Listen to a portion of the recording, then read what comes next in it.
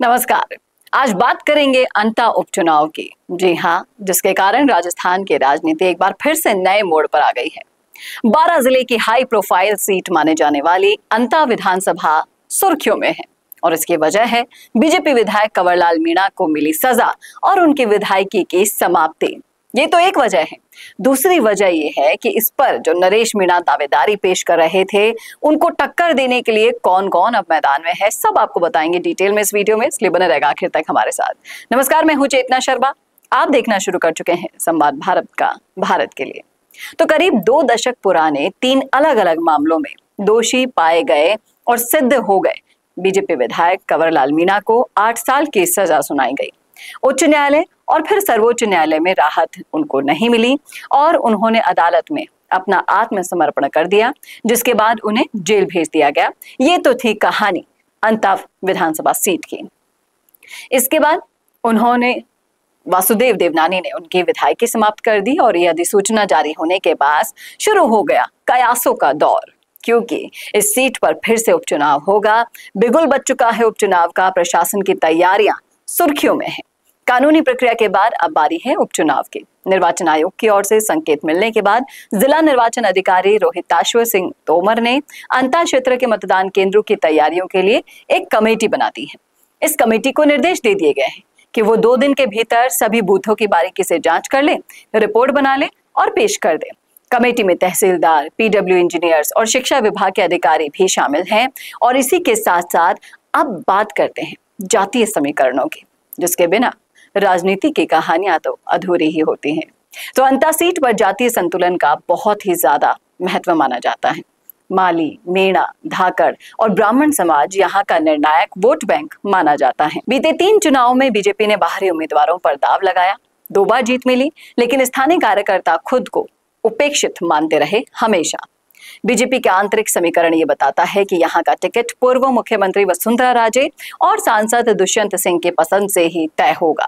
कई सारे चेहरे चर्चा में हैं यहाँ पर। चलिए बताते हैं उन चेहरों के बारे में विस्तार से। तो पहला चेहरा है नंदलाल सुमन, पूर्व जिलाध्यक्ष और जिला प्रमुख, माली समाज से। जयेश गालव, दिवंगत नेता प्रेम नारायण गालव के पुत्र, ब्राह्मण समाज का उभरता हुआ युवा चेहरा। तीसरा है मोतीलाल मीणा, वर्तमान बीजेपी जिलाध्यक्ष और अन्य नेता भी इन्हीं के साथ दौड़ में लग चुके हैं। बीजेपी से ज्यादा दावेदार यहाँ पर हैं। बात करें कांग्रेस की, तो कांग्रेस की स्थिति पूरी तरह से यहाँ पर स्पष्ट है, क्योंकि वहां पर सिर्फ और सिर्फ एक ही चेहरा है। जहां बीजेपी में टिकट को लेकर रस्साकशी साफ दिखाई देगी, वहीं कांग्रेस ने पूरी तरह से स्पष्ट कर दिया है कि उपचुनाव में अगर कोई होगा दावेदार तो वो प्रमोद जैन भाया ही होंगे। ये घोषणा कांग्रेस प्रदेश अध्यक्ष गोविंद सिंह डोटासरा और नेता प्रतिपक्ष टीकाराम जूली ने हाल ही में की है। अब बीजेपी के लिए सबसे बड़ी चुनौती असंतुष्ट स्थानीय नेताओं को साधना होगा, ताकि पार्टी में बगावत ना हो, क्योंकि पहले से ही वो माइनस पॉइंट में इस सीट पर चल रही है। कांग्रेस को भले ही उम्मीदवार तय करने में परेशानी ना हो, लेकिन भाया की जीत का रास्ता बीजेपी की रणनीति पर पूरी तरह से निर्भर करेगा। जातीय समीकरण, उम्मीदवारों की स्वीकृति और जनता का मूड इस उपचुनाव को बेहद ही रोचक बना देगा। और इन सब के ऊपर है नरेश मीणा भी। अगर वो जेल से बाहर नहीं आते हैं तो अंता उपचुनाव सिर्फ एक सीट की लड़ाई नहीं रह जाएगी, बल्कि राजनीतिक संदेश भी यहाँ से निकल कर आएगा कि क्या बीजेपी अपनी रणनीति में सफल होती है, या कांग्रेस वापसी की राह पर बढ़ती है, या फिर निर्दलीय की शानदार एंट्री होती है।